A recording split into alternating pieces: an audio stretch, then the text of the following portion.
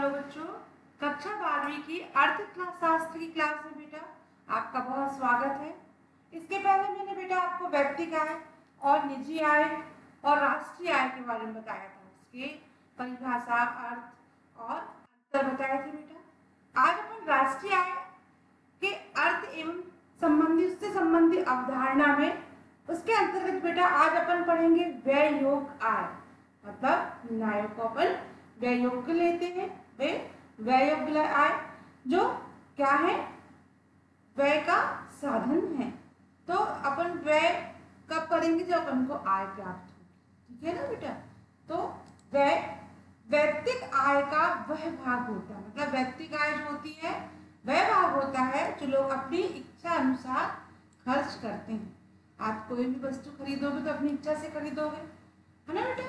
तो व्यय जब आय होगी तभी आप क्या कर पाओगे, व्यय कर पाओगे। तो व्यय योग आय के अंतर्गत बेटा व्यय आय वह भाग है जो लोग अपनी इच्छा के अनुसार क्या करते हैं, खर्च करते हैं अथवा बचाकर रखते हैं। मतलब आप कभी भी देखोगे व्यक्तिगत आय क्या होती है, मतलब लोग अपनी इच्छा के अनुसार से क्या करते हैं, खर्च करते हैं या व्यय करते हैं। कर सकते हैं अथवा बचाकर भी रख सकते हैं। आपको अगर आय प्राप्त होगी तो आप उसको पूरा तो खर्च करोगे नहीं बेटा, उसको बचाकर भी रखोगे। तो उसे क्या कहेंगे, व्यय योग आय कहलाती है। लोगों द्वारा उसे प्रत्यक्ष कर, मतलब लोग जो है उसको प्रत्यक्ष कर के रूप में भी क्या करते हैं, उपयोग करते हैं। लोगों द्वारा सरकार को प्रत्यक्ष कर, जैसे आप आयकर देते हो, गृह कर देते हो, ये सब आते हैं। और अन्य अनिवार्य भुगतान के अंतर्गत क्या होंगे बेटा, अन्य अनिवार्य भुगतान वो होते हैं जिसमें जुर्माना, सरकारी व्यय। तो आप जो लोगों द्वारा सरकार को क्या दोगे, जो प्रत्यक्ष कर देते हैं अपन, तो लोगों द्वारा अपन प्रत्यक्ष कर देते हैं जो लोग,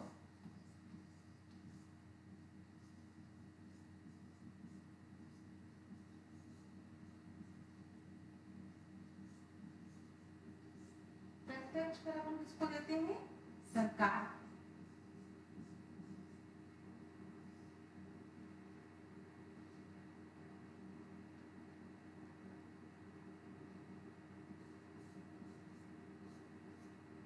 कर जो देते हैं अपन प्रत्यक्ष कर, वो किसको देते हैं, सरकार कर। उसमें क्या क्या आएगा बेटा, उसके अंतर्गत आयकर आएगा,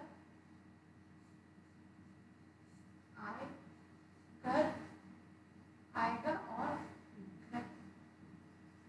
कर, ये दोनों कर काय में आएंगे, प्रत्यक्ष कर में आएंगे। उसके बाद है बेटा आपको अन्य कर, जैसे कि आप अन्य मतलब अनिवार्य भुगतान जो करते हो, जैसे जुर्माना, सरकारी फीस आदि, ये सब काय में आएंगे, गैर सरकारी उसमें आएंगे बेटा। और व्यक्तिगत आय में हम उसे घटाने पर कौन सी आय, तक जो व्यक्तिगत आय है इन सबको घटाने से अपन को क्या प्राप्त होगी, आपको व्यय योग आय प्राप्त होगी। तो व्यय योग आय बराबर उपभोग धन बचत, मतलब जो ये आय है अपन ने वो आय, उसमें अपन क्या क्या जोड़ेंगे, उपभोग, जितनी आय का अपन ने उपभोग कर लिया प्लस बचत, तो अपन को व्यय योग आय प्राप्त हो जाएगी। उसके बाद है बेटा प्रति व्यक्ति आय। तो प्रत्येक व्यक्ति की आय को क्या कहेंगे बेटा, साधारण भाषा में प्रत्येक व्यक्ति की आय को प्रति व्यक्ति आय की। लेकिन एक अर्थशास्त्र में एक देश की किसी वर्ष विशेष की औसत आय की प्रति व्यक्ति आय कहते हैं। मतलब एक देश की किसी वर्ष विशेष में, मतलब किसी वर्ष विशेष में जो औसत आय होती है, औसत मतलब जो अपन को औसतन आय प्राप्त होती है उसे प्रति व्यक्ति आय कहते हैं। तो प्रति व्यक्ति आय कैसे ज्ञात करेंगे, तो प्रति व्यक्ति आय बराबर राष्ट्रीय आय बटे जनसंख्या। तो व्यक्ति की जो आय है और मतलब और राष्ट्रीय आय, तो उसमें जनसंख्या का अपन क्या दे देंगे, भाग देंगे, तो अपन को क्या प्राप्त होगा बेटा, राष्ट्रीय आय प्राप्त होगा। इसे अब बेटा ये 2-2 नंबर के क्वेश्चन आते हैं बेटा। व्यय योग सरकार को दिए जाते हैं वह क्या कहलाते हैं? प्रत्यक्ष कर, जो आयकर होते हैं, और व्यय। अनिवार्य भुगतान में इसे मतलब अनिवार्य भुगतान जैसे जुर्माना, सरकारी फीस आदि करने पड़ते हैं। व्यक्तिगत आय में इन सबको घटाने से जो प्राप्त होता है प्रायोजन या व्यय योग्य कहलाता है। तो बेटा सरकारी जो होते हैं जैसे जुर्माना, सरकारी फीस आदि, ये क्या है? अनिवार्य भुगतान। और व्यक्तिगत आय में इन सबको घटाने के बाद जो प्रयोजन या व्यय योग्य आय बचती है उसे कहते हैं। क्योंकि जनगणना प्रत्येक वर्ष में एक बार, मतलब जो जनगणना है प्रत्येक एक वर्ष नहीं होती, ये कब होती है बेटा? 5 वर्ष में एक बार होती है। जनसंख्या के लिए जनसंख्या वृद्धि की प्राकृतिक को जानकर किसी वर्ष विशेष की जनसंख्या क्या की जाती है? ज्ञात की जाती है, और उससे प्रति व्यक्ति आय निकाली जाती है। जनसंख्या, जिस देश में जनसंख्या अधिक होती है तो वहाँ की प्रति व्यक्ति आय कैसी होती है? कम होती है, और साथ ही जनसंख्या के बढ़ने में की प्रवृत्ति में वहाँ की राष्ट्रीय आय की बढ़ने की दर भी कैसी हो जाती है? कम हो जाती है। उसके बाद है बेटा, मतलब जब जिस देश की जनसंख्या अधिक होगी वहाँ की राष्ट्रीय आय कैसी होगी बेटा? कम होगी। और जिस देश में जनसंख्या कम होगी वहाँ पर क्या होगा? मतलब वहाँ की राष्ट्रीय आय अच्छी होगी। तो इससे राष्ट्रीय आय से ही आज देश विकसित है, अर्ध विकसित है, उसका आर्थिक स्थिति की जानकारी लगती है। फिर नेक्स्ट है बेटा वास्तविक आय। तो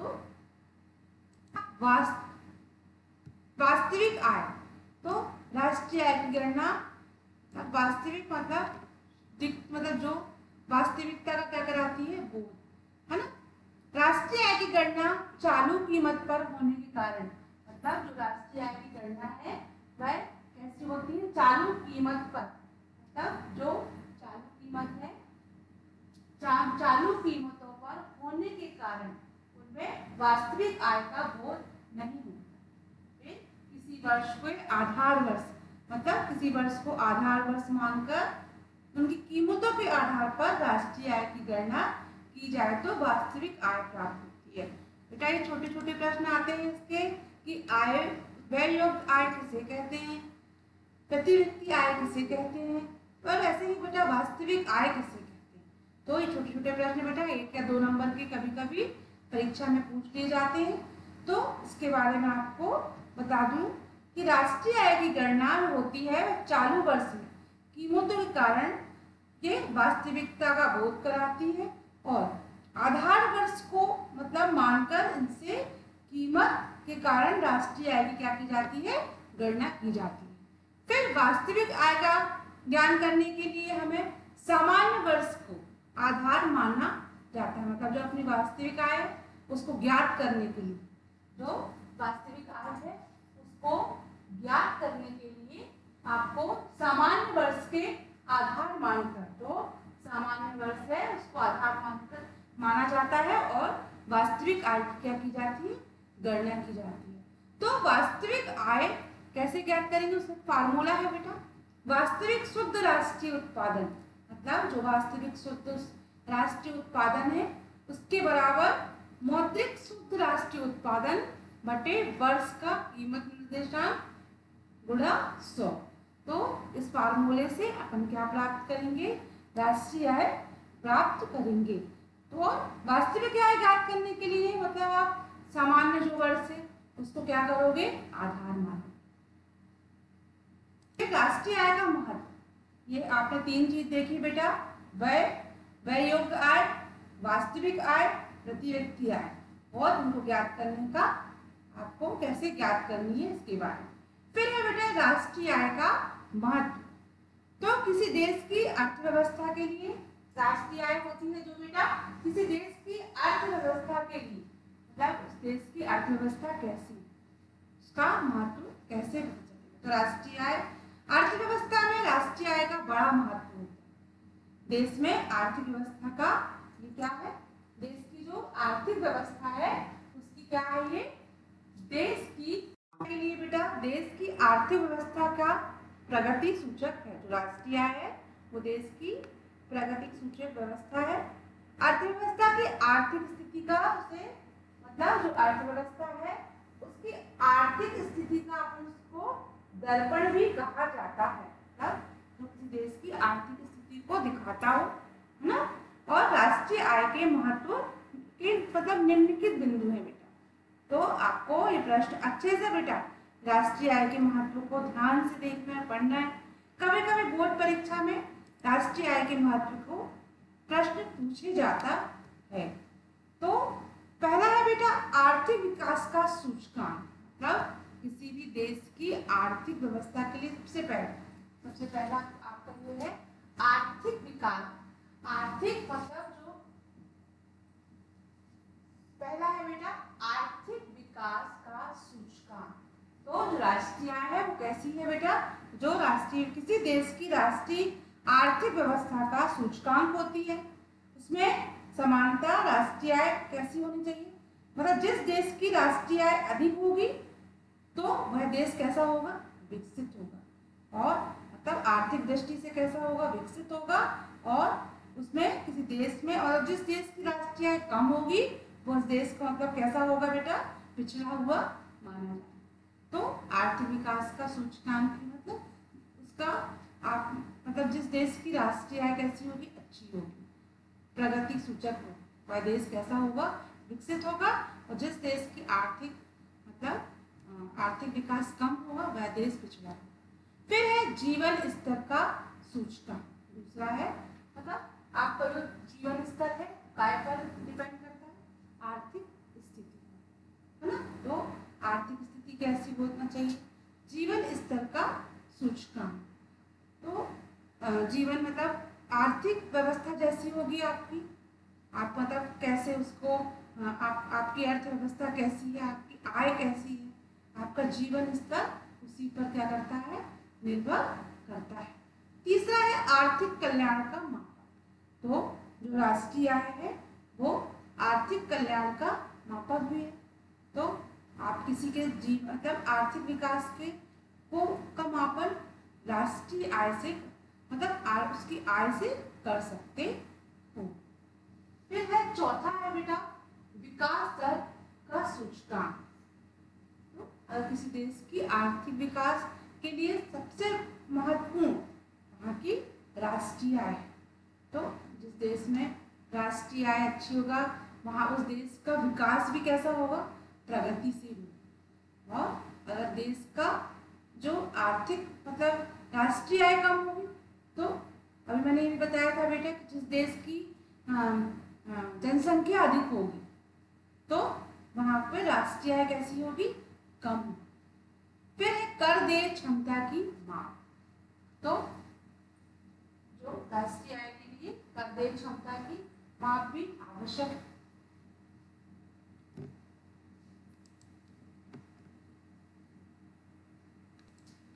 फिर आर्थिक नीतियों में सहायक। तो राष्ट्रीय जो मतलब छठवां है बेटा राष्ट्रीय आय का महत्व के अंतर्गत जो है बेटा, तो ये क्या है, राष्ट्रीय नीति के ये क्या है, पांचवा आर्थिक नीति निर्णय में सहायक। तो राष्ट्रीय आय कैसा होता है बेटा, जो राष्ट्रीय आय में क्या है बेटा कि आंकड़ों को किसी देश के मतलब जो किसी देश के जो आंकड़े होते हैं उसकी आर्थिक नीति को निर्माण में क्या होते हैं, सहायक होते हैं।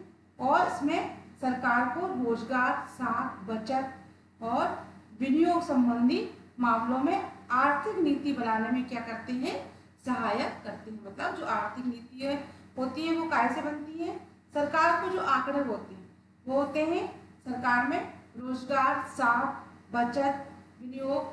तो इसके अंतर्गत क्या आएगा बेटा, रोजगार,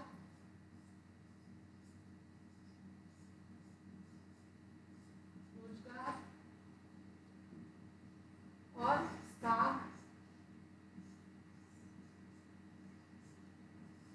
विनियोग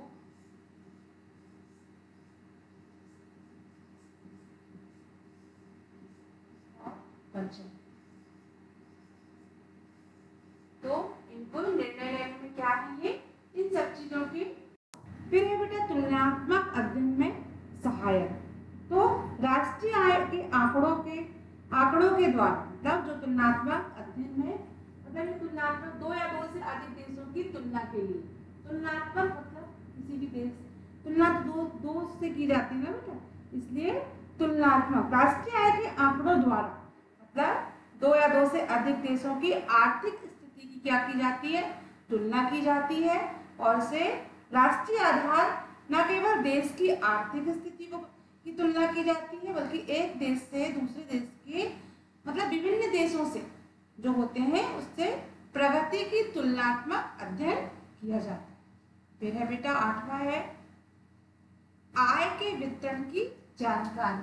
तब आपको आय के वितरण की जानकारी भी कहाँ से प्राप्त होगी, राष्ट्रीय आय से प्राप्त होगी।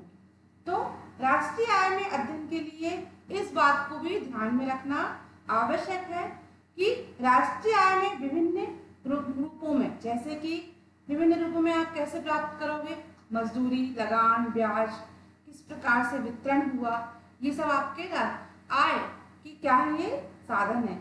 आप मजदूरी करोगे तो आपको आय, लगान, ब्याज, लाभ, ये सब क्या है, आय के साधन। आय के वितरण की जानकारी, ऐसे ही इससे किस प्रकार से आपने वितरण किया और इसे सरकार ने मतलब इस आधार पर सामाजिक न्याय और उचित नीति भी बन सकती है।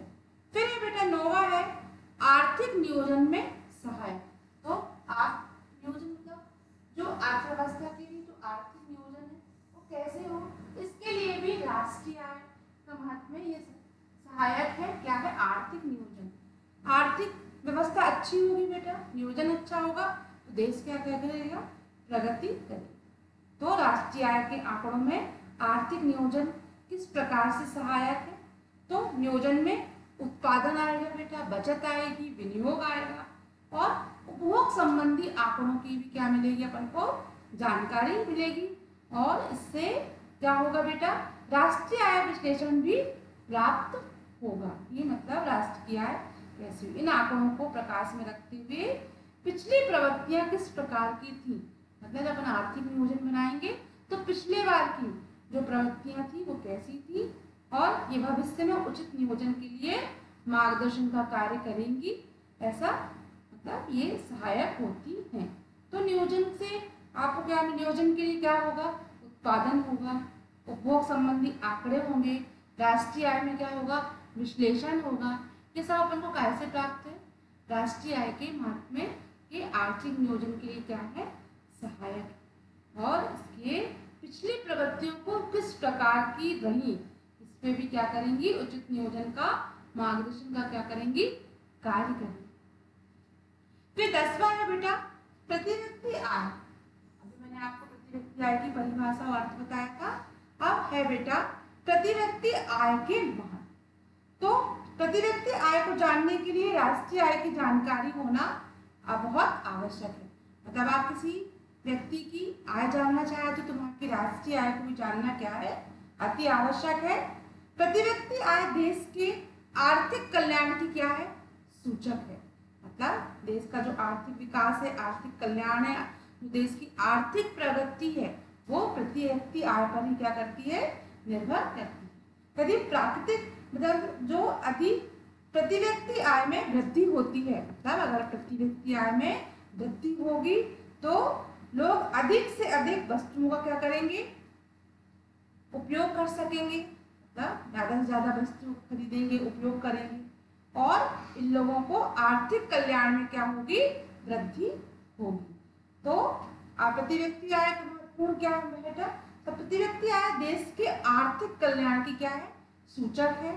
और प्रतिव्यक्ति आय में वृद्धि होगी तो लोग वस्तुओं को क्या करेंगे, अधिक से अधिक उपभोग करेंगे और लोगों में अधिक कल्याण मतलब लोगों का क्या होगा, अधिक कल्याण में वृद्धि होगी। तो उपयुक्त तो सारी विवेचनाएं की बेटा अपन ने, ये क्या पढ़ा अपन ने, राष्ट्रीय आय का महत्व। तो इनके 10 बेटा पॉइंट है। कभी कभी बोर्ड परीक्षा वाले एग्जाम में ये 5 नंबर का प्रश्न भी पूछा जाता है, 2 नंबर का भी पूछा जाता है तो 2 विषय महत्व लिखिए आप, और अगर 4 नंबर का पूछा जाएगा 4 महत्व लिखिए। लेकिन बेटा अधिकतर 5 और 6 नंबर पर इस प्रश्न को तो बेटा फिर मतलब इस विवेचना से स्पष्ट हो गया बेटा कि राष्ट्रीय आय के आंकड़ों में एक देश की अर्थव्यवस्था में जो इसका बहुत अधिक महत्वपूर्ण स्थान है, काय का राष्ट्रीय आय। तो राष्ट्रीय आय आर्थिक विकास के लिए बहुत आवश्यक है। तो इस प्रश्न बेटा इसको आपको मैंने अभी राष्ट्रीय आय अर्थ अवधारणा संबंधी पाठ पढ़ाया, उसमें राष्ट्रीय आय का महत्व और उसकी अवधारणाएं, सकल घरेलू उत्पादन, उत्पादन व्यय, राष्ट्रीय आय और उत्पाद विधि, आपको इन सब मतलब राष्ट्रीय आय, वास्तविक आय, निजी आय, आपने इतनी अवधारणाएं पढ़ी। उसके बाद बेटा आपने अब राष्ट्रीय आय का महत्व पढ़ा। इन सबको छोटे छोटे प्रश्न में पूछा जाता है बेटा, राष्ट्रीय आय क्या होता है, वास्तविक आय क्या होता है, ये एक एक दो नंबर के प्रश्न होते हैं बेटा। लेकिन राष्ट्रीय आय का महत्व बताइए, कि आपको 5 नंबर का या 6 नंबर का प्रश्न अक्सर पूछा जाता है बेटा परीक्षा। आप इसको अच्छे से पढ़ोगे, 10 महत्व है बेटा। अब इसके अगली क्लास में बेटा अपन नेक्स्ट चैप्टर पढ़ेंगे।